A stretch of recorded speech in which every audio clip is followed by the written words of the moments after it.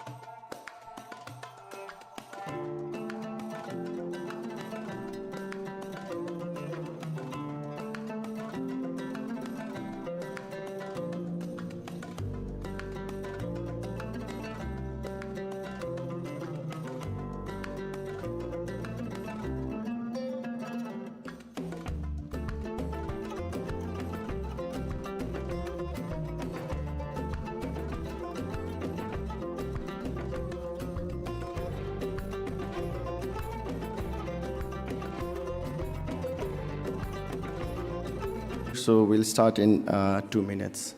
Thank you for your patience and being with us here today.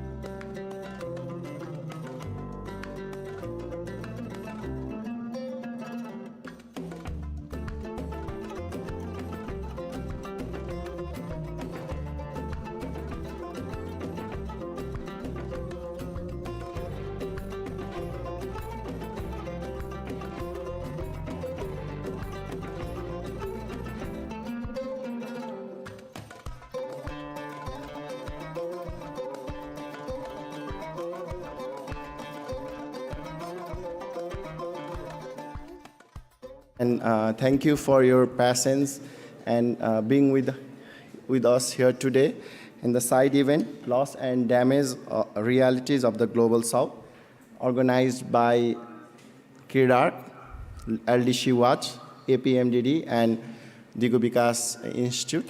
So it's also an honor for us to have two community, frontline community members with us who will be sharing their lived reality of loss and damages, how they have been, like how's the community facing in the ground. So we'll be hearing from them. We also have the people and the organization who are working with the community, who are bringing the voices of the community in the UNFCCC processes. So it's a privilege for us to have them in the panel discussion. Without further ado, I'd like to invite Dr. Arjun Karki, Executive Director of LDC Watch, to deliver the key remarks for today's side event.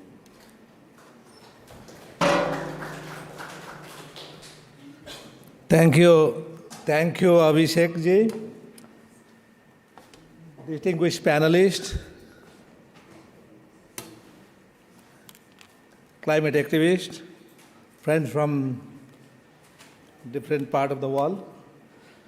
It is an honor for me to speak to you this afternoon.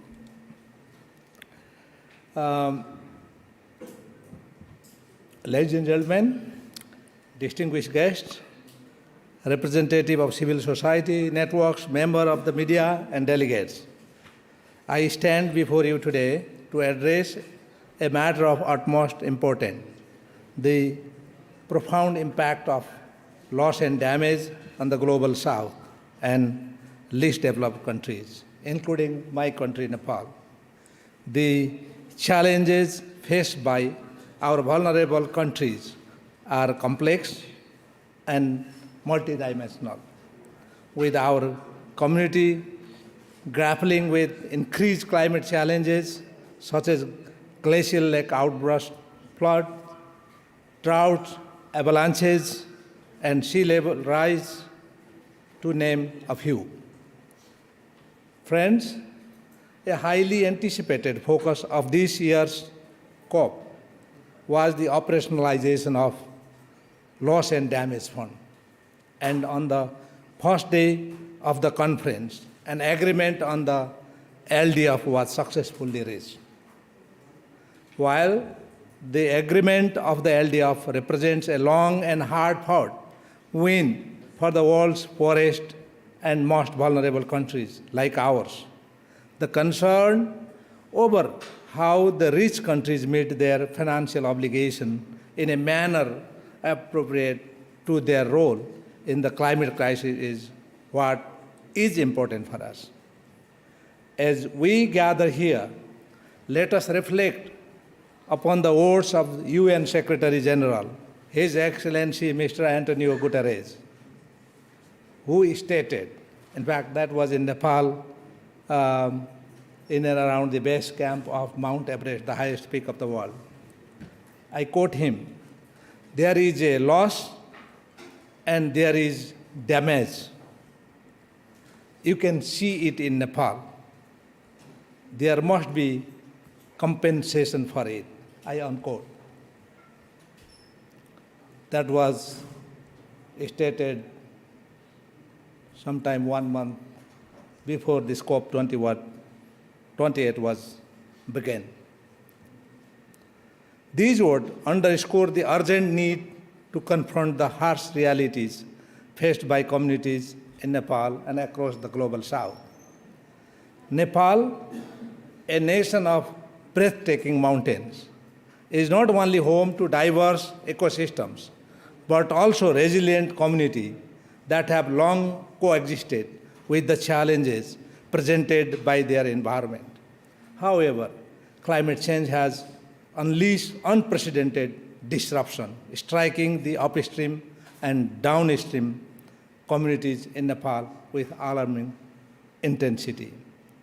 The upstream communities who depend on glaciers for water face the looming threat of glacial melting, erratic weather patterns, the cascading impact on agriculture, farming systems, livelihoods, and water systems are devastating in our countries.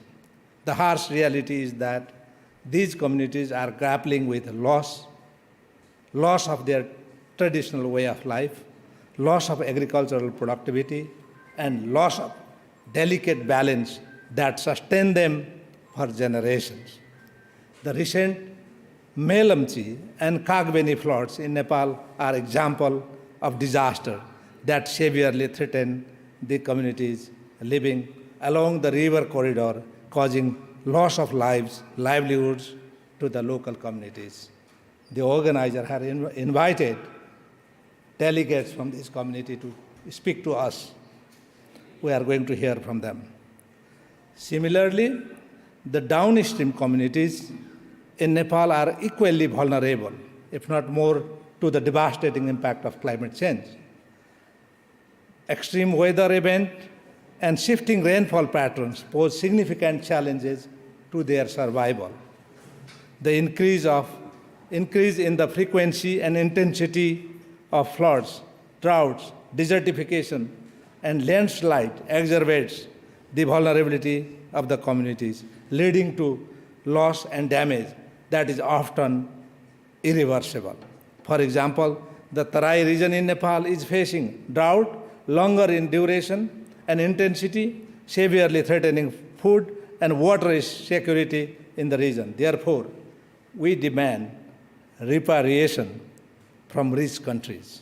Reparation not merely in the form of financial transaction, but as a moral imperative.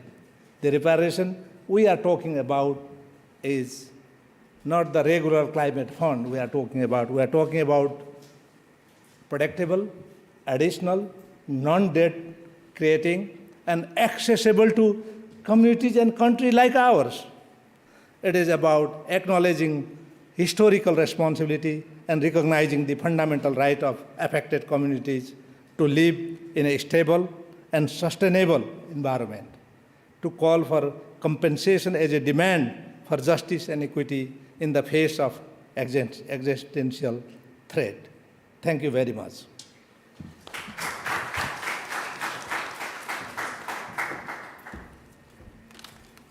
Thank you, Dr. Arjun Karki, for re-emphasizing the grievance of like gravity of loss and damage fund that has to be directly assessed by the community, and then it has to come as a reparation from as an historical responsibility, as an issue of equity from the developed countries. So I'd like to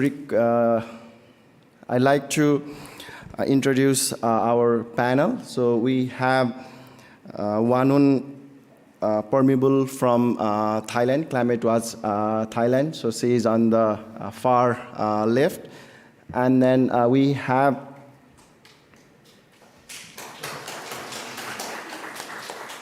Apsara Lamsal Lamichane, who is Deputy Chairperson at Helambu Rural Municipality from Sindhupalchok district in Nepal. So I'd like to welcome her too. We have Lakshmi Gurung from Kagbeni, Mustang district. She is a frontline community member, so also like to welcome her to today's side event. We have Harjit Singh, strategic head at the Can International, who will be joining us shortly.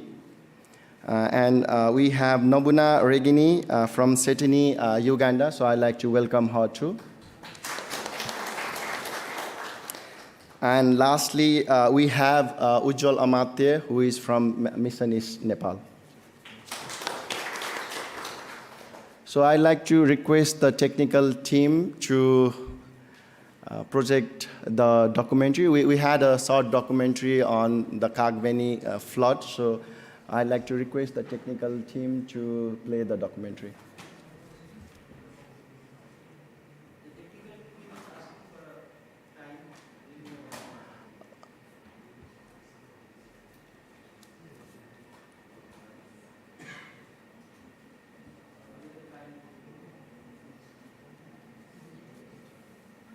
I think there's some problem with technicality, so we'd like to proceed with the community, frontline community sharing from Lakshmi Gurung Kagbeni. So I'd like to request Lakshmi Didi to make a sharing from the community. Thank you very much. Thank you. Thank you, Avinash ji. Good evening and namaste. I'm Lakshmi Gurung from Kagbeni village. This is a small, you can see in the pictures, this is the Kagbeni village where I was born and brought up. And this is also, I call it my university, where I learned so many things in reality. Kagbeni is, I just want to give you a brief description of Kagbeni. Kagbeni is one of the tourist destination in Nepal and located at the altitude of 2,800 meters above sea level. This is also known as a sacred place because holy sacred river, Muktinath and Kaligandigi, it lies on the bank of it. And we have also 12th centuries heritages, which Kagbeni is also known as City of Mud City. So it is also one of the headquarters of Baragung Mukti Kshetra Rural Municipalities headquarters. By profession, we are traditional farmers, and tourism is one of our new livelihood. And we are a small, self-sufficient community in the district with 600 people living in a small piece of heaven called paradise. So you can see in the map, little bit front my pictures. So this is living in my paradise till 13th August this year. And these are my heritage buildings, smart cities. And you can see in the landscape are the sacred land, thousands of pilgrimage visited our place. And we still use water mills to grind our food. And these are, you can see in the pictures. So this paradise was devastated on 13th August 2023, we are hit by a devastating flash flood at around 8 p.m. in the evening. It was a nightmare to us.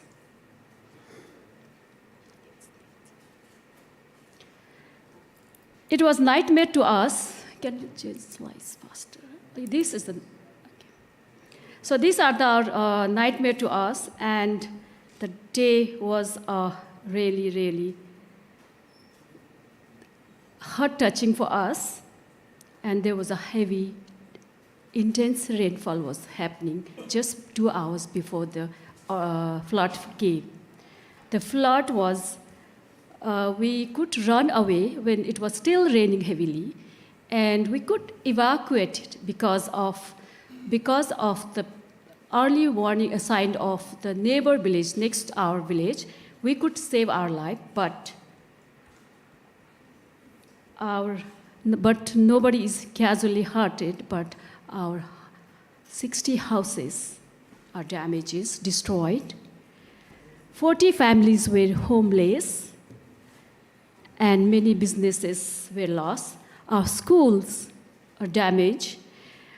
Monasteries, temples, farmland, irrigation canals, and sewage, electricity, drinking water, health clinic, ward office, and community early warning stations, community hot shower, community halls, police checkposts, 3 bridges, one concrete with highways, concrete bridges was damaged. Not only that, Kagbini is buried with piles of sediment, of debris, that is rock, muds, and sands. Economically, around $12 billion US in that small village equivalent worth of losses and damage had been recorded. And this is heartbreaking for us. Not only that, this is non-economically, such as loss of our life, such as culture, my identity, our sense of places, and emotions and memories cannot be expressed in terms of the loss we made in the amount of money. Today, I'm here to assure you that this is definitely the impact of climate change. First, we have intense and heavy rain, which is very unusual in the scenario of Mustang, where rainfall is minimum in the Mustang district. And secondly, geographically, we are snow falling, dry, barren, non-forest area. When our land was meant for snow resistance, but not intense sharp rain and heavy rain during monsoons.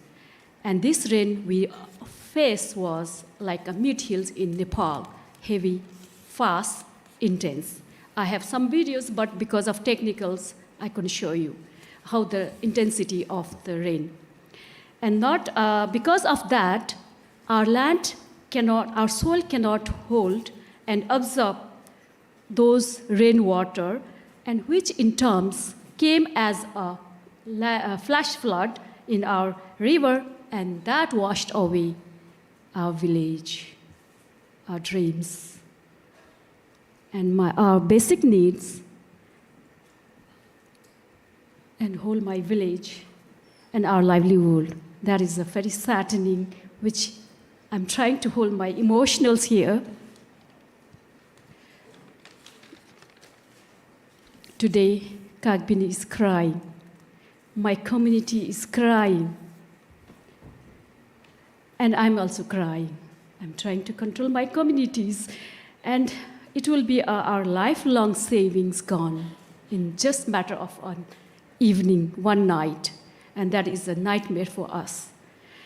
And to rebuild this Kagbini, we need massive money we still need to work hard by ourselves if we want to do. So we need financial help from whole world in the support to support us. We need to rebuild, to restructure, reorganize, and reform Kagbini. I would like to send slides. And this you can see in the pictures, the communities came with lots of supports just to come out of those nightmares. We still have lots of work to be done, but our community is strong in the regions, and we could little bit remove some of the debris in here and there. And restructuring started rebuilding little bit of reliefs. Lots of reliefs from the community has come, but still the massive work is still pending. Today I came here as a voice of community. I strongly appeal today at this COP28 summit as a voice to help us to financially support for these losses. And whatever the compensations receive, I also request again to give the local community directly instead of going to lots of channels, a lot of process work, which takes a lengthy, and the development will little slow, and whatever we expect will not come. This is a story about Kagbini that in Mustang, Nepal, but we still are living with the threat what we'll be getting again from the changing pattern of climate. And my question is, will we remain as a mountain? So my question is, will we remain as a mountain people? Will our mountain will remain? Will our heritage will remain? Will our sense of place and identity will remain? Our culture will remain? And this is my questions. With this, I try to request once again to the whole nation to compensate for the losses and damage we had, and emotionally we thank you so much. I would like to thank everyone for this. In any case, I'll be available offline. Thank you.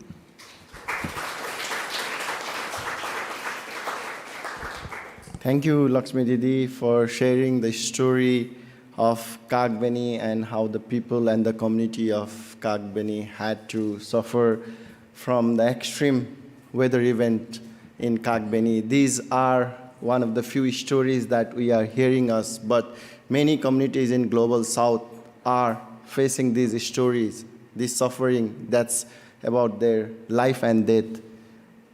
Again, I'd like to thank Lakshmi Didi for sharing that stories, and definitely the community need that resources. They need to get back to where they were. They can't live life with that suffering. So I think, and that has been the call of many developing countries, communities, and indigenous people and women who are here, making sure, calling for that the fund that's been there is not adequate. Make sure that the fund reaches to the community. So I'd like to now request the technical team to screen the short video of the Kagbini.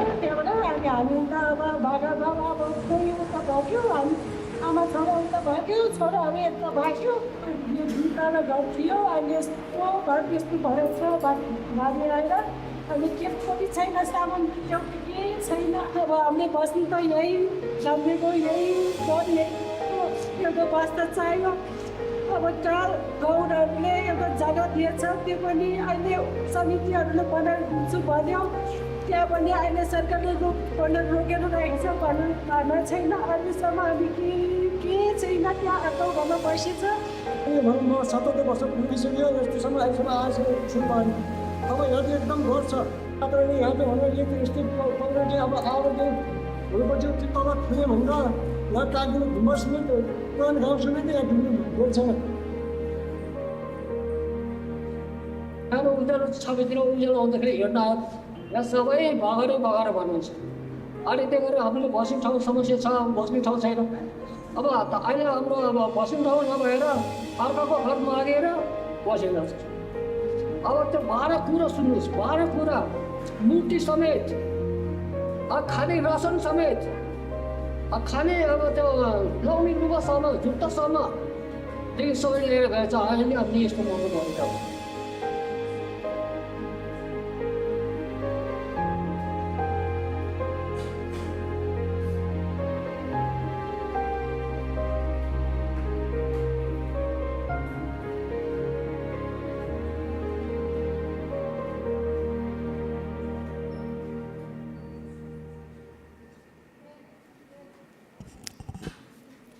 Thank you, technical team, for screening this short video. So I'd like to now go to the next community story of Helambu flood. So I'd like to request Apsara Lamsal Lamichhane, and she will be speaking in Nepali. So you might need an headset. And also I'd like to request Didi to go slowly so that our interpretation team can do that also slowly. Thank you very much.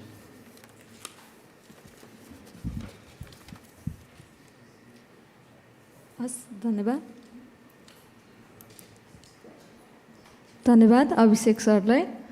सम्पूर्णमा नमस्कार।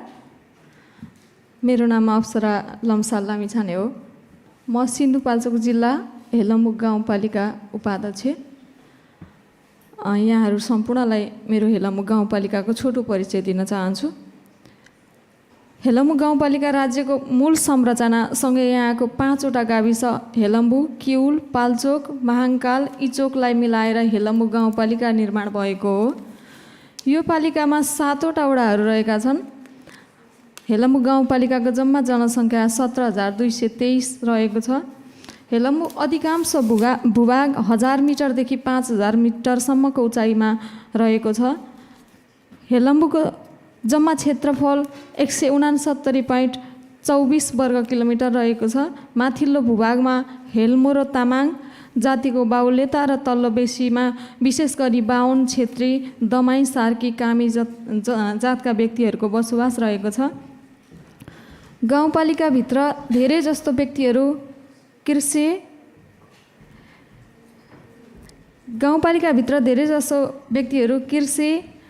पर्यटनमा आत्मनिर्भर रहेको थियो।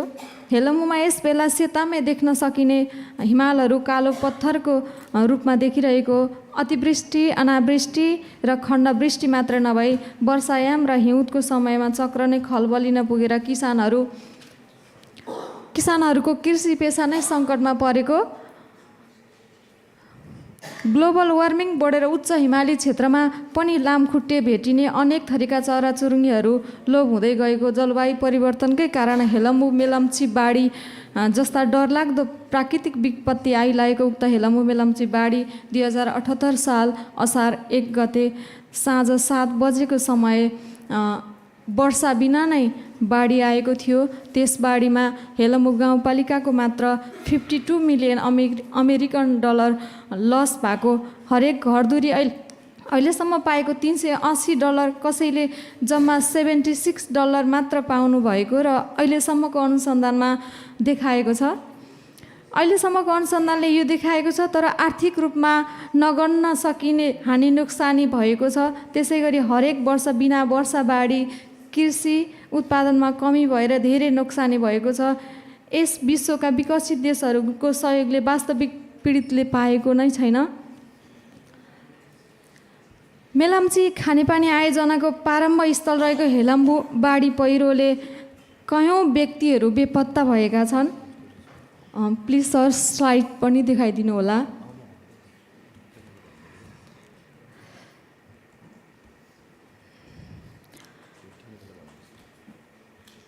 2078 असार 1 गते गएको बाढी र त्यसै महिनाको 16 र 17 गते गएको बाढीले धेरै व्यक्तिहरू बेपत्ता, सयौं रोपनी खेतीयोग्य जमिनहरूको नाश, तहस नहस, उद्योग, व्यापार, व्यवसाय, घर, विद्यालय, सरकारी कार्यालयहरू छेदविच्छेद भएका छन्। त्यहाँको शिक्षा, स्वास्थ्यमा नगर्ने क्षति भएको छ र म त्यहाँको गाउँपालिका उपाध्यक्ष भन्दा नि वास्तविक पीडित हो। त्यहाँ जे बिना वर्षा नै बाढी आएर पहिरो बाढीले छेदविच्छेद भयो, त्यो छेदविच्छेदले अहिलेसम्म त्यहाँको पीडितहरूले कुनै पनि न्याय पाएको छैनन्। अहिले वर्तमान क्षतिपूर्ति थोरै धेरै भन्दा पनि त्यसले धेरै पछिसम्मको लागि धेरै नै क्षति गरेको छ। अहिले त्यहाँको स्थिति, त्यहाँको पब्लिकलाई खेतीबाट उब्जनी गरेर आय आर्जनमा प्लस हुन्थ्यो भने अहिले कहाँ खाने, के खाने, कसरी बस्ने, के गर्ने भन्ने कुराहरूले अन्यल रहेको छ। र त्यस बाढी पहिरो जलवायु परिवर्तन कै कारणले हरेक वर्ष हामीलाई 78 को बाढी मात्र सुरुवाती थियो र हरेक वर्ष अहिले यो हिउँदमा पनि बिना पानी नै बाढी आएर त्यहाँको बाटोघाटो आवजावतमा एकदम कठिनाइ रहेको छ। विश्वले नै चिनेको मेलम्ची खानेपानी आयोजना, काठमाडौँ जिल्लालाई खानेपानी दिने गाउँपालिका, हेलम्बु गाउँपालिका भनेर चिनारिरहेको छ। तर कुनै पनि राष्ट्र, कुनै पनि देशले नदेखेको हेलम्बु गाउँपालिका हरेक वर्ष विपत्तिले, जलवायु परिवर्तनकै विपत्तिले भोग्नु परेको पीडाहरू यहाँहरू समक्ष जानकारी म स्लाइड अनुसार दिन चाहन्छु।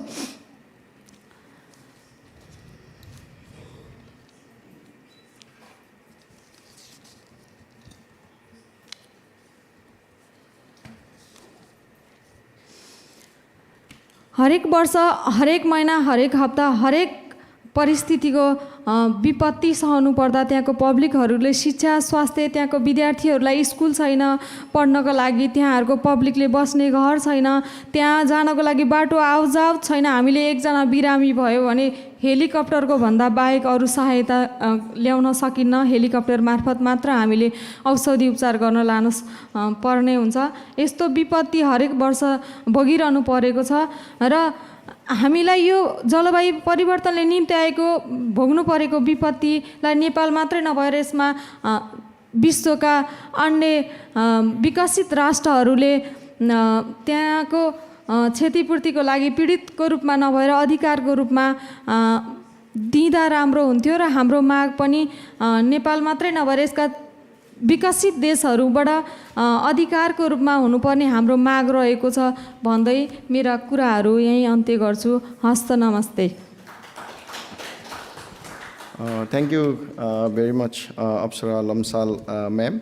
So I'd like to now further request Wanun Permi Pubul from Thailand to share the stories of loss and damage, the lived realities of communities in Thailand. Thank you very much. Really a pleasure to share the cases and bring the voices of my fisher folks communities, over 1,000 households that we have worked together collaboratively. We have been collaborating with the fisher folks and also the women communities along the coastal areas in the mouth of the Gulf of Thailand. And this has dated over 20 years ago. It's even nearly 28 years starting of the COP climate summit. The mouth of the Gulf of Thailand has been highly vulnerable due to sea level rise. And during the monsoon, there will be high tides and strong waves getting into the land. Communities there are mainly depending their livelihoods on marine resources. And the mouth of the Gulf of Thailand, they are having a lot of mangroves areas. So the sea level rise at 20 years ago have got into the land. High tides and also strong waves has vanished into the land for 1 kilometer. So that means the mangroves area was lost 20 years ago. And then that has caused impacts onto the women and also fisher folks along the coastal areas. Not to mention about the biological diversity that have been declined.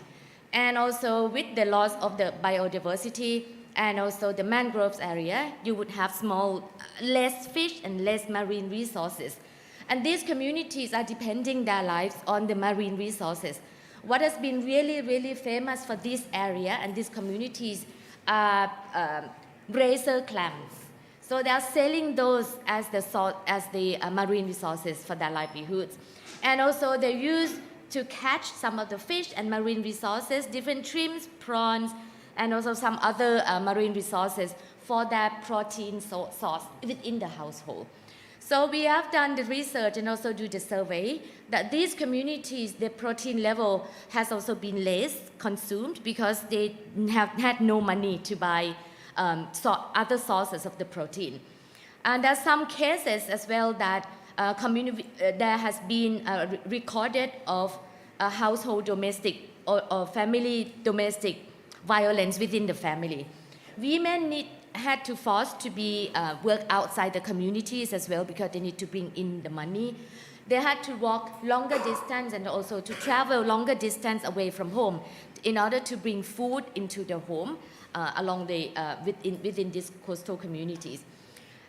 And 15 years ago, with all these settings of the mangrove area have been lost because of the impacts of climate change, they were starting to use the traditional knowledge. And that traditional knowledge was to use bamboos. So they were using different bamboos and sourcing out and buying bamboos from different sources, different places in Thailand, put the bamboo into the sea.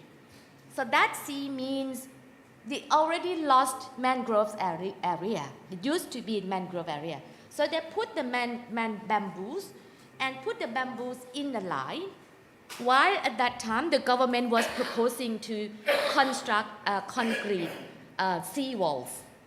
So our work together with them was to use the bamboo and make a bamboo lines. So several lines of the bamboos, let's say 200 meters into the sea, meaning that reclaiming the bamboo lines into the sea. And the next year, once the bamboo lines was set, waves are coming. But then we noticed that the waves has been slower. And once you put more bamboo lines into the sea, then behind the bamboo lines, there was no wave. And then 2 years later, that was starting in 15 years ago. 2 years later, we started to plant the traditional mangrove seeds into that bamboo lines.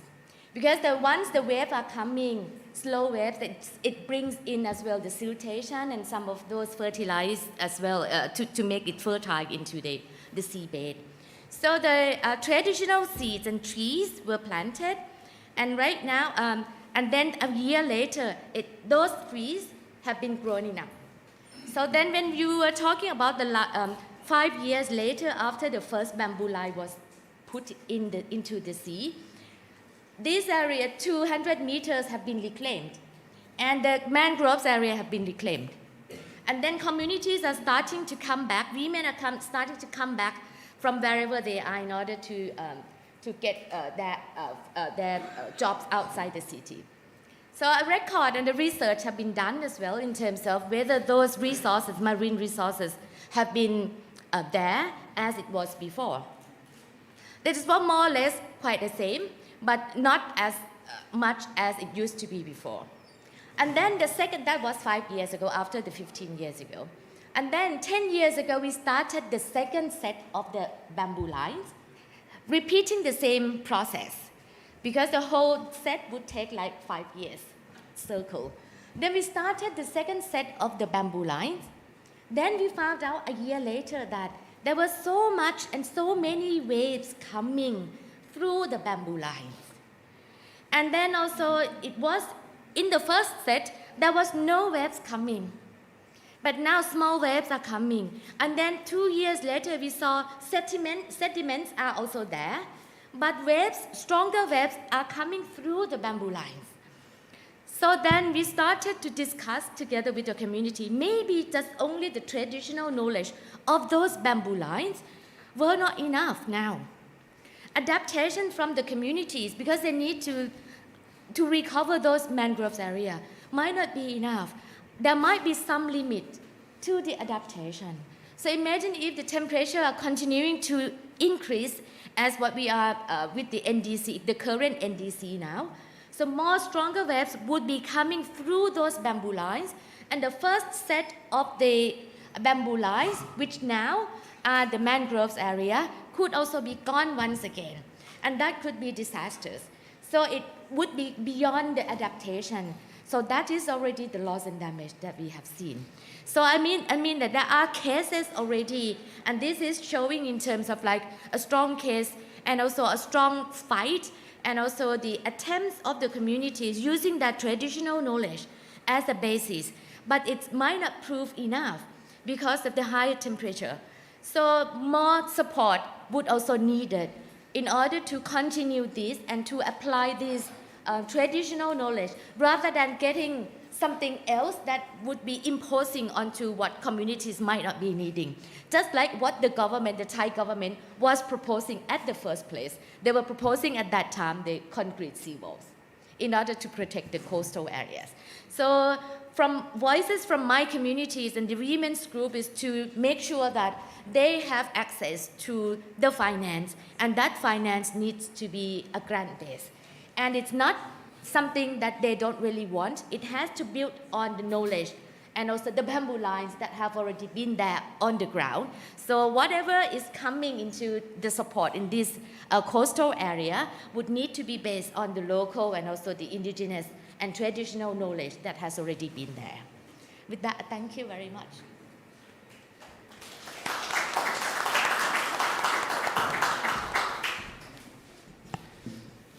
Thank you, Wanun, for sharing the stories from Thailand. So we'd like to now go to the research presentation sharing on loss and damage in the mountains of Nepal, very rural part of Nepal, Kalikot. So I'd like to request Ujjwal Amate ji from Mission East. Thank you, Osik ji. So we know that the climate crisis is impacting all of us. And if we talk about the Nepal, so in Nepal, like a mountainous country, and the most of the vulnerable people and marginal people are living over there. And it is more to the marginal people or vulnerable people than us. So you have heard about stories from Mustang, you have heard about story from Sindhu Palchuk, which is a big disaster. So it's only 2 disasters, but there are many disasters in Nepal. So it is not coming over here. So we are representing their voice in Nepal. So we have done a very small study, a case study about the loss and damage or impact of climate crisis in the remote mountain of Nepal. We call it Karnali. So from Kathmandu, if you fly to America, we can reach in 2 days. But where we work, it takes 4 days to reach over there.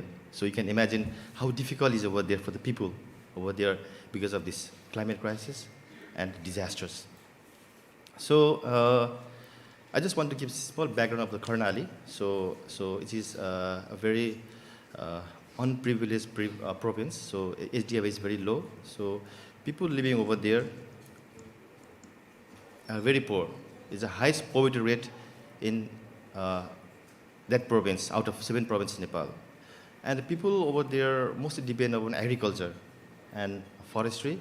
And most of the people go to India for the labor work.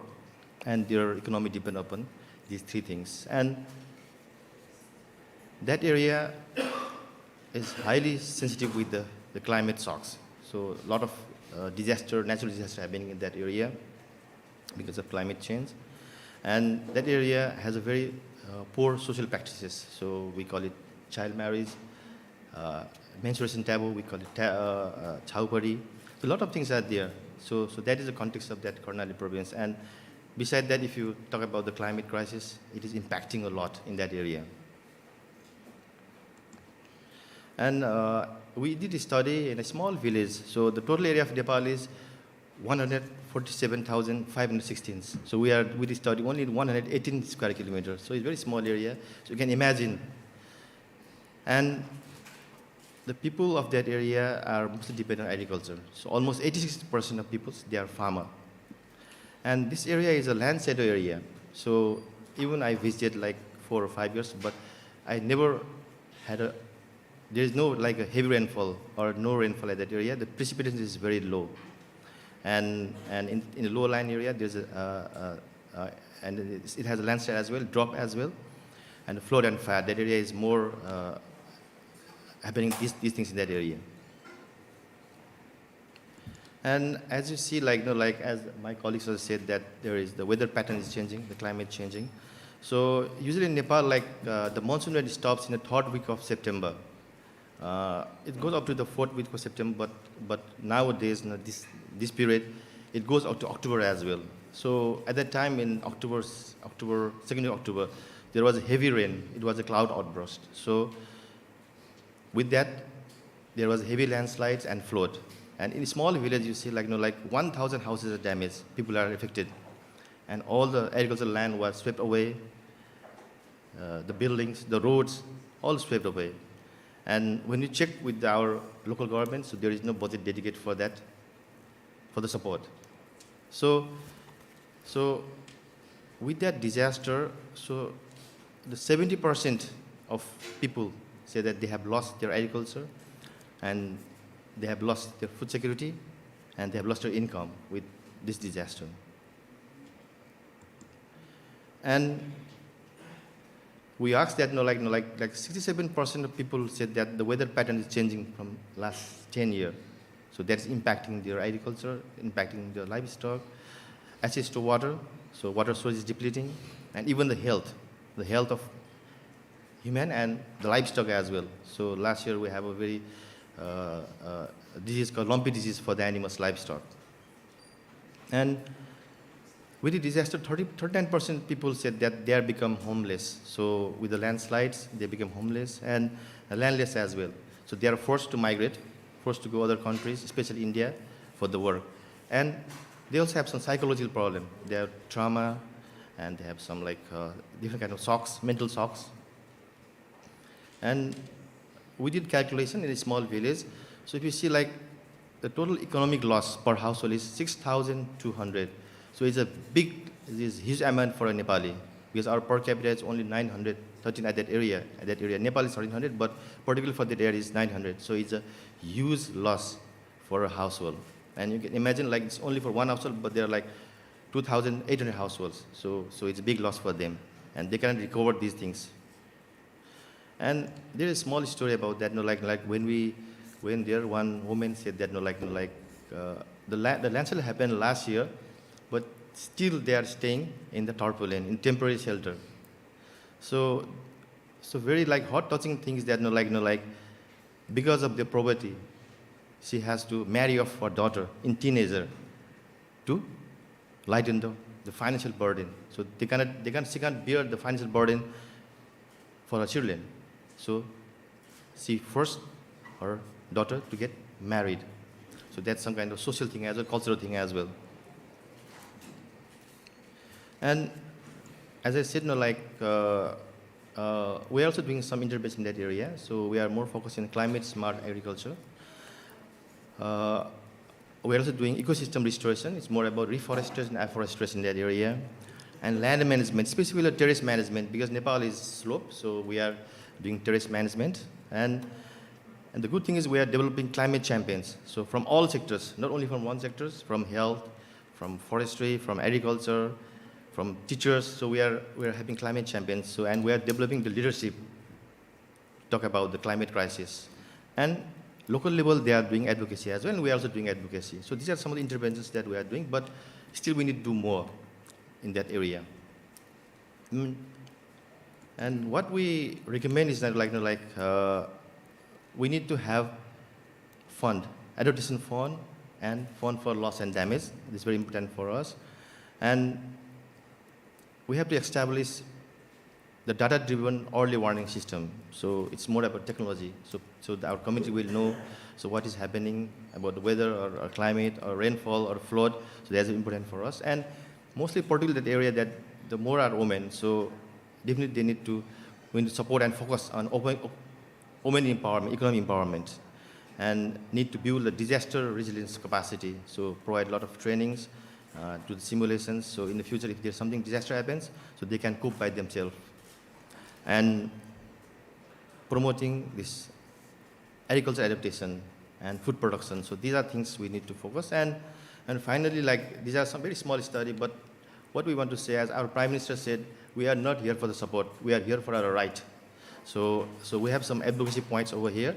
So that's about right. So we have a quick QR code, so you can get that QR code with my friend, and you can see what advocacy, what rights we are looking for and what we are expecting from Nepal. So that's it from my side. Thank you.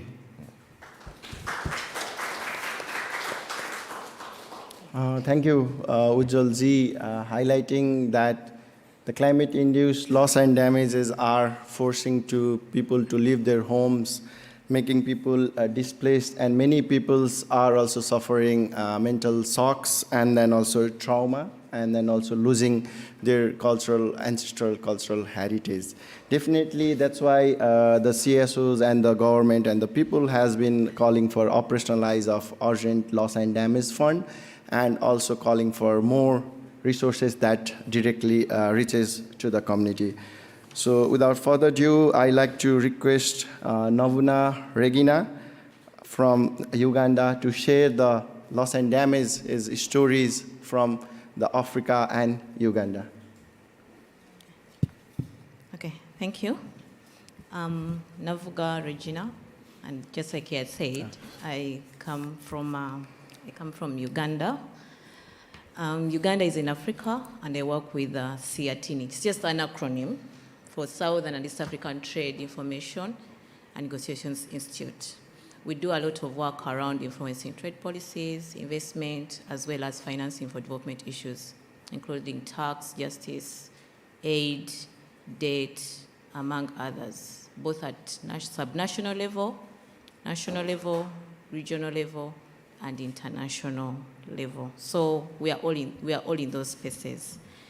I came prepared to tell you that Africa is at the front line of climate change, the impacts of climate change.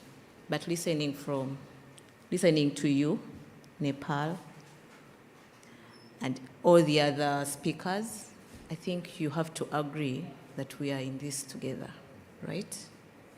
We are not weighing ourselves. I was about to tell you that Africa, we contribute only 4% of the green gas emissions, but just like I said, we're in this together. Some of my examples, you might think that maybe I copied them, but the impact and the effects are all related. So allow me to speak to some of the issues, emphasizing what they've alluded to. I think for me, the starters, we have to unpack loss and damage, especially for the most vulnerable communities that are being affected by climate change. And you've seen the story, right? A loss means a loss, and a damage means a damage to them. Like sometimes they have no alternatives. They have no options. I also want to mention that the majority do not know the term climate change, right? If you go to the communities and you're saying that this is caused by climate change, they do not relate. So, however, we believe that climate change is already happening. So it is our role as CSOs to demystify some of these issues to them. For lowland communities, the loss and damage comes dressed in so many forms. You've seen the waters that they alluded to, the increase in floods, the droughts, the landslides, and some cases leading to increase in loss of lives. If you don't lose your life, you're hurting, right?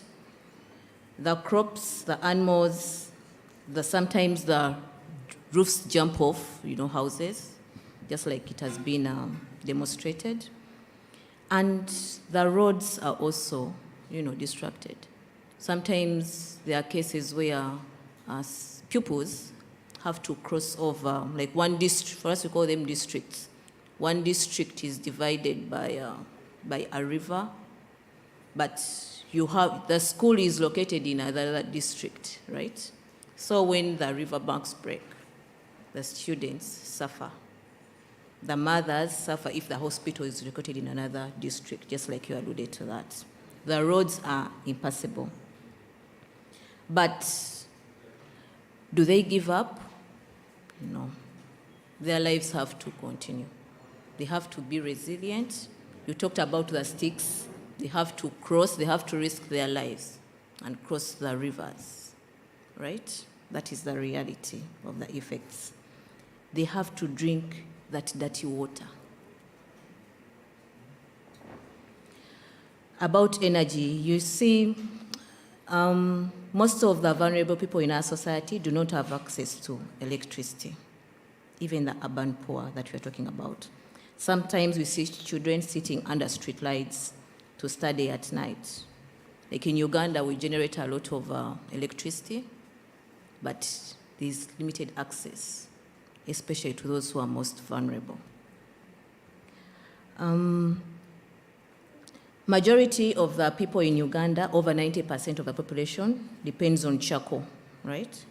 This means that an increase in tree cutting and deforestation increases the use of charcoal, among others. Do they have an alternative if we encourage them not to cut down the trees? Sometimes they do, sometimes they don't. Currently in Uganda, there's a directive to stop cutting trees in order to stop using charcoal for cooking. Yes, it is a good move. However, we ask, what is the alternative? Do we have it on the table? They've encouraged us to use liquefied petroleum gas, right? The question is it affordable? Is it accessible? How many people can use it? Is it sustainable? You might use it 1 month. After that, you cannot afford gas at the end of the day. If you don't have food at home, would you prioritize buying gas? That is the question for all of us. Sometimes you'll be forced to go looking for firewood, especially the young children, if you come back after school. If you don't have food, you're likely to starve that day. In terms of health, you've alluded to the increased outbreak of diseases, that psychological issues that you've mentioned. And in terms of agriculture, I cannot overemphasize what my panelists have displayed. If it's a rainy season, just like I earlier said, some of the crops will be washed away. Then you start asking help from government. That has been alluded to, right? If you're lucky, and government comes to your rescue, they'll bring you a sack of flour, right? They'll give you a sack of beans, right? Is this sustainable at the end of the day? If the houses are damaged, who will help you?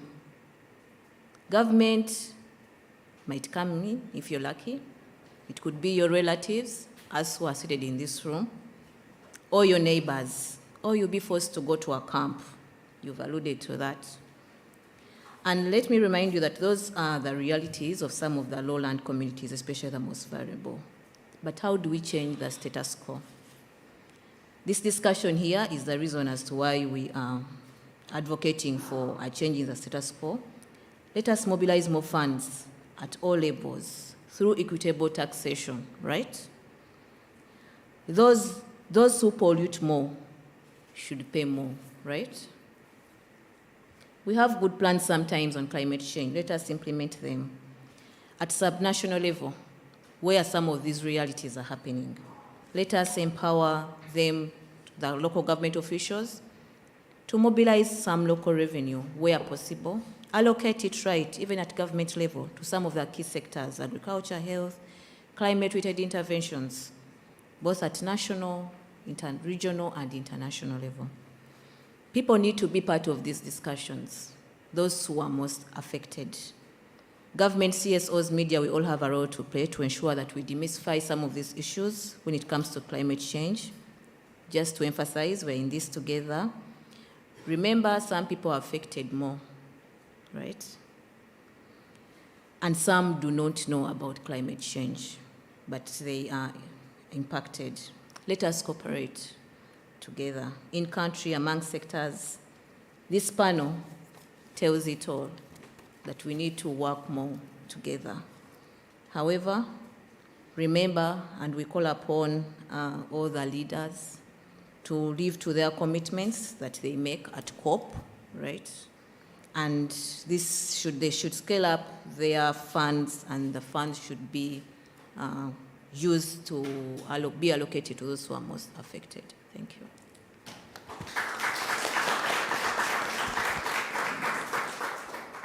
Thank you very much, Navuga, highlighting the stories from Uganda. So one of our speaker, Harjit, is still on the way, so he might join us, and he'll give the brief overview on the state of the play on climate negotiation in loss and damage. Since he will be joining us, I'd like to open up the forum for the question.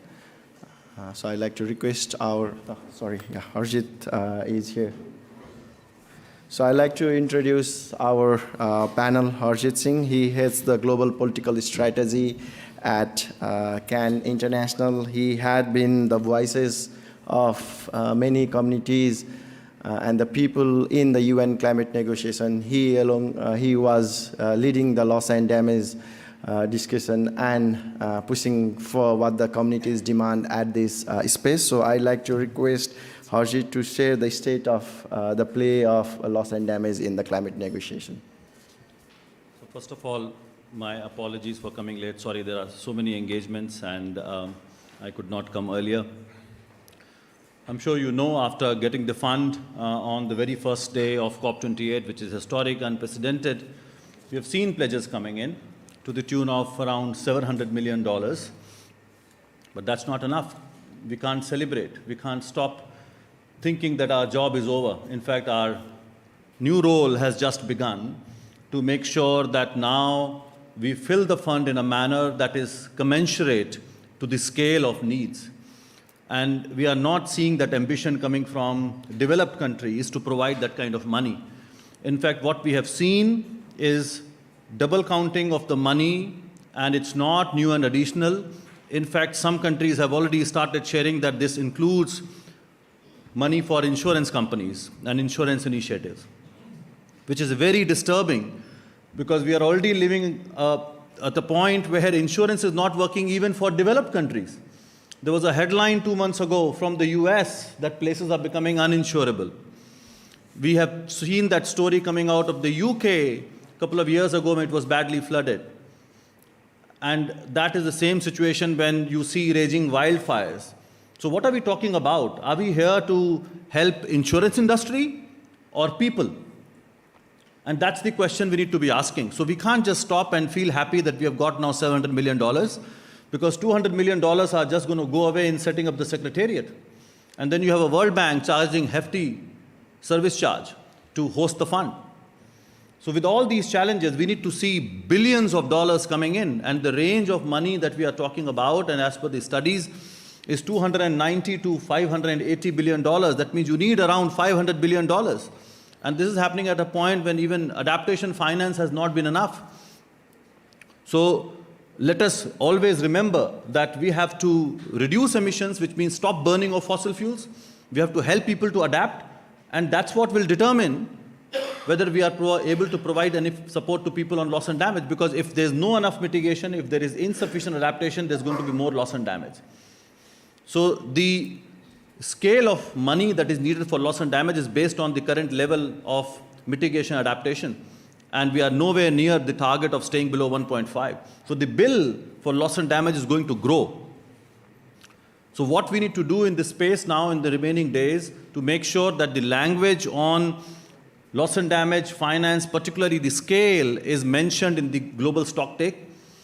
And there are a number of areas where we can talk about it. So on one hand, saying that we need hundreds of billions of dollars, and also mentioning that rich countries have to provide money based on their fair shares. We also have to talk about debt cancellation. because that is something that we did talk about in the last few months and years, particularly at the Paris Finance Summit, that this is one solution that we are looking at. Then we also have to strengthen the human rights language. It is only mentioned in the preamble. We accepted that language because we wanted to make sure that other processes can actually improve and make sure that there is also language on human rights in terms of operationalizing the fund. At the same time, the connection between mitigation, adaptation, and loss and damage, as I just mentioned, is also extremely, extremely important. And that, the right place for that language is global stocktake. And the scale of money needs to be mentioned also in the NCQG, which is New Collective Quantified Goal. So we have a job to do here in Dubai. And once we do that, we also have a job to make sure that the loss and damage fund that is now established, operationalized, has right kind of people on the board, and they create right kind of policies so that this money is not for governments. And I come from a developing country. Money is for communities. So developing countries also need to make sure, those governments need to ensure that this money is going to reach people. You know, people living in Nepal and Malawi and Bangladesh and Colombia need to access that money. So accountability needs to be there at all levels. And I'll give you 4 A's, which are probably easy to remember, as we go now to demand that this fund actually is fit for purpose now and in future. Number 1 is access.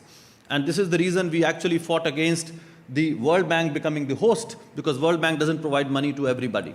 So the access to vulnerable countries and communities is one thing that we need to ensure going forward. Second is additionality. As we are seeing these pledges coming in, they are not new and additional. They have to be new and additional to the current levels of ODA as well as climate finance being provided. Third is adequacy. You can't say whatever money you could provide is enough. No, we have to look at it from communities' perspective, their needs. It has to be enough, it has to be adequate so that they can recover fully from the disasters and be prepared to deal with the future ones. And fourth is accountability. And that accountability is not just of contributors, but also governments and local authorities at that level. So accountability across the board from local, subnational, national to global levels. So these 4 A's we really need to remember as we move forward to make sure that people have access to this money in a manner so that they can rebuild their lives. That's about justice. And that's what we have to really call for, because rich countries are going to just throw some money and these are crumbs on the table, which is not going to help. And also, we need to make sure that this COP delivers a decision on phase out of fossil fuels. We cannot continue to add fuel to the fire. So loss and damage fight is not just about loss and damage fund. Loss and damage fight is also about making sure that we move away from fossil fuels and we also invest sufficient money in adaptation. Because if there's less adaptation, there's going to be more loss and damage. And more fossil fuels equals more loss and damage. Thank you.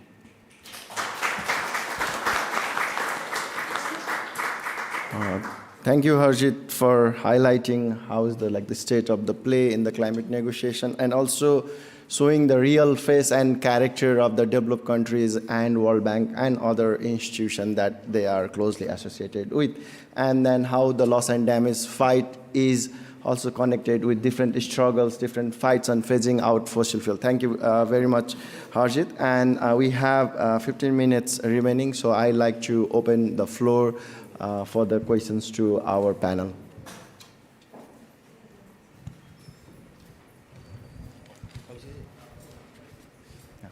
So Omkar is helping with the mic, and please identify yourself and also the questions to whom. Thank you, Harjit, and who in this table who have briefed the reality of the loss and damage. But one thing we have to raise here, that in this COP, there is a problem raised that developed country has denied to doubling the adaptation fund. So they are diluting the issues with the loss and damage fund. So you are right that we have to fight a new start, because this is a new problem which is being looming large in future in the climate negotiation, because if we fail to adaptation, then loss and damage.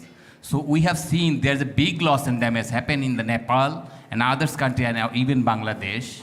So if there is a fund not going to the adaptation fund, loss and damage will be more devastation. So thank you. We have to fight for funding the adaptation and new scale and additional and adequate. Thank you so much. Thank you very much.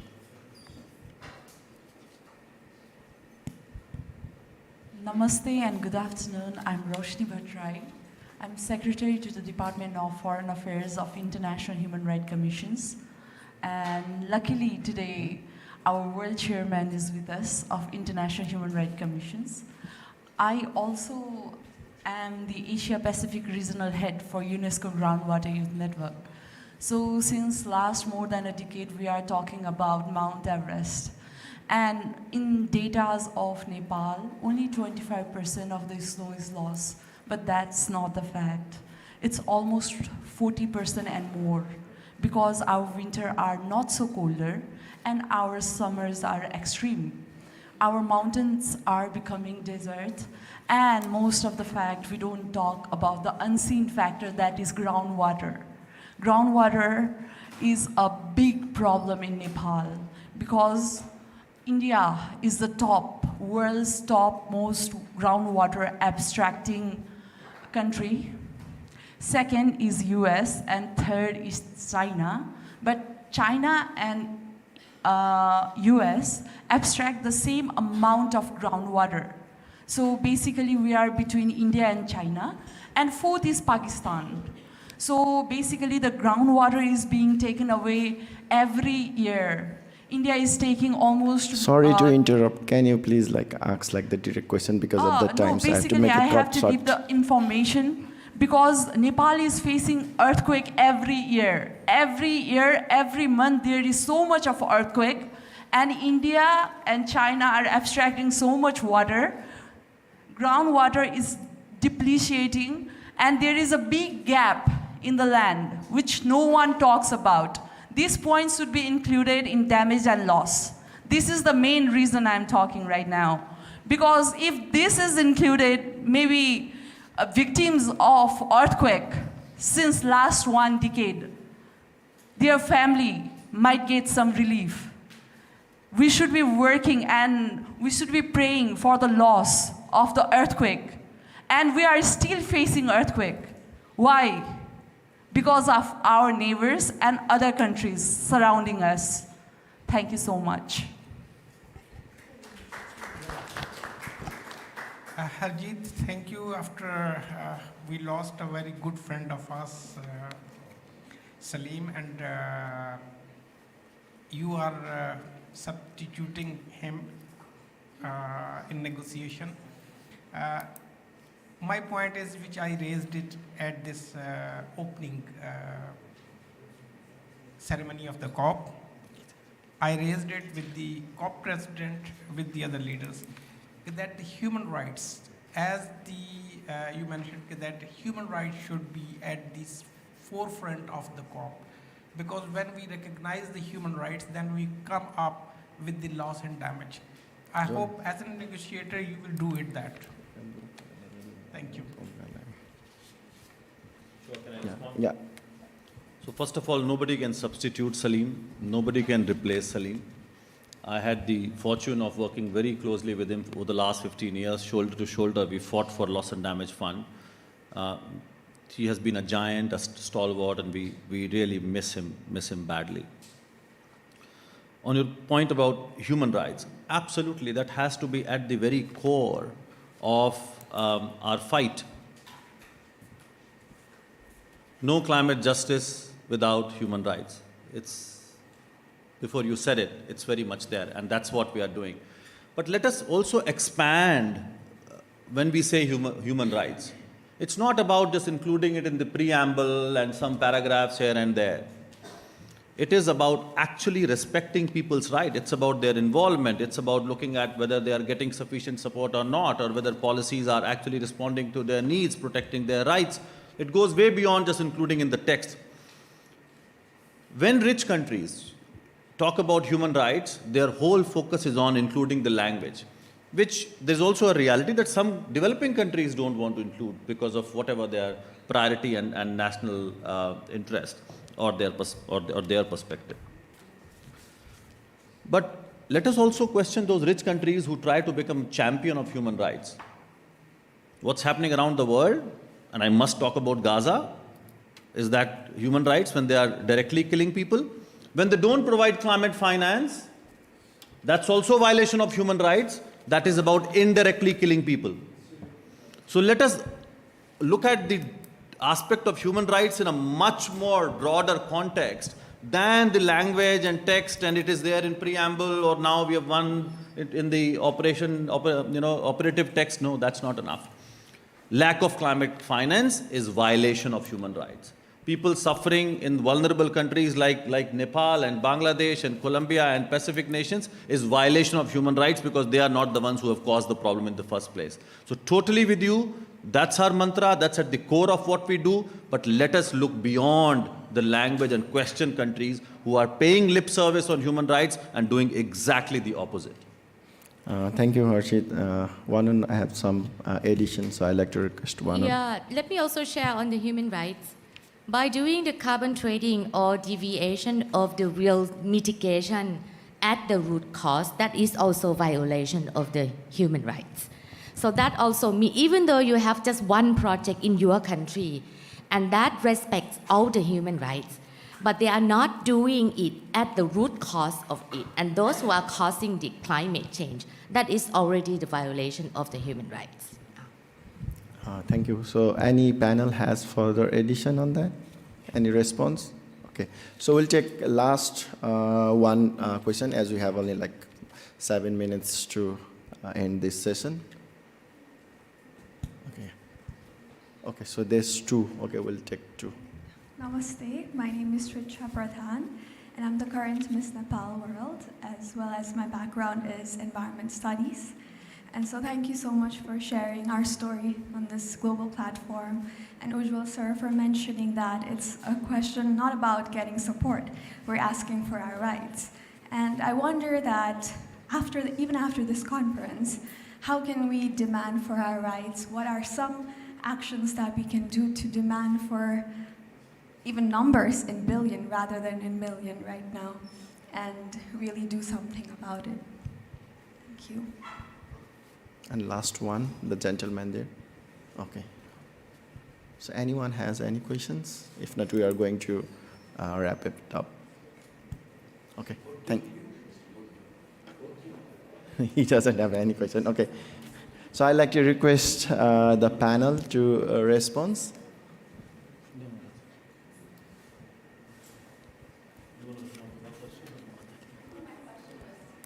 Sorry, for me? Okay. Let us understand that we are not going to win this fight in a day's time or in a couple of months or years. Look at the fight for loss and damage finance. It took 30 long years to reach where we are, and the fight is not yet over. And it is happening because rich countries have not allowed us to use this space, UNFCCC, effectively. And many people have started questioning the place itself than people who are not letting this place function. I cannot depend on G7s and G20s of the world. That will never provide justice to the vulnerable communities and countries. We have to make sure that this place delivers justice. And for that, we have to have a much sharper strategy. And I must say, and sorry I could not be here in the beginning, I would say we should celebrate what we got, not because it is enough, but because how we got it. It was climate justice movement and civil society that raised the ambition and said we need loss and damage fund. And we fought for it over the last 3 years, and that's how we got it. We did something different. And as CAN, I can tell you, we played that role in making sure that we work with everybody. And we said that it's going to be a litmus test, and that was not COP27, that was COP26. It was the first time when all developing countries got together and said we need loss and damage finance facility. And then we kept working on it. We produced documents, we worked with negotiators, we worked with the UN, media, researchers. So it was a well-defined strategy, and in fact, I would call it choreography, as we say that in our network. So we need to get sharper in our strategy. If we are fragmented, if we are not united, we will not be able to win. And this year, our focus is on phasing out of fossil fuels. We have not got the victory yet, but you look around in the news over the last 1 year, how fossil fuels is right at the top of the agenda. So we have actually had the half victory of raising the issue to a level where the focus at this COP is only fossil fuels now, which is good.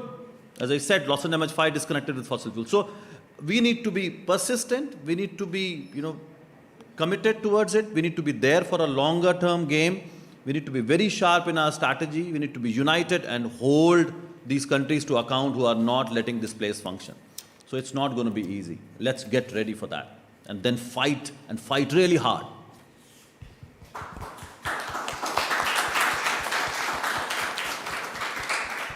I'd like to thank all the panels on behalf of the organizers, APMDD, Digo Vikas Institute, KIRAC, and LDC Watch for having with us here today. So we'd like to formally end the session today, and then we'll have a quick group photo. And I'd like to make one announcement that Nepal is hosting the World Social Forum. So with the theme, Another World is Possible, I think most of you are aware that there are people's movements who are fighting with the theme like Another World is Possible. It's being hosted in Nepal from February 15 to 19, where the alternative ideas, the struggle, the resistance that communities and people are having is being organized in Nepal. So you might, you can go through the website WSF Nepal 2024, and we are ready to host and welcome you all in this global struggle and fight. Thank you very much. So I'd like to ask for the group photo.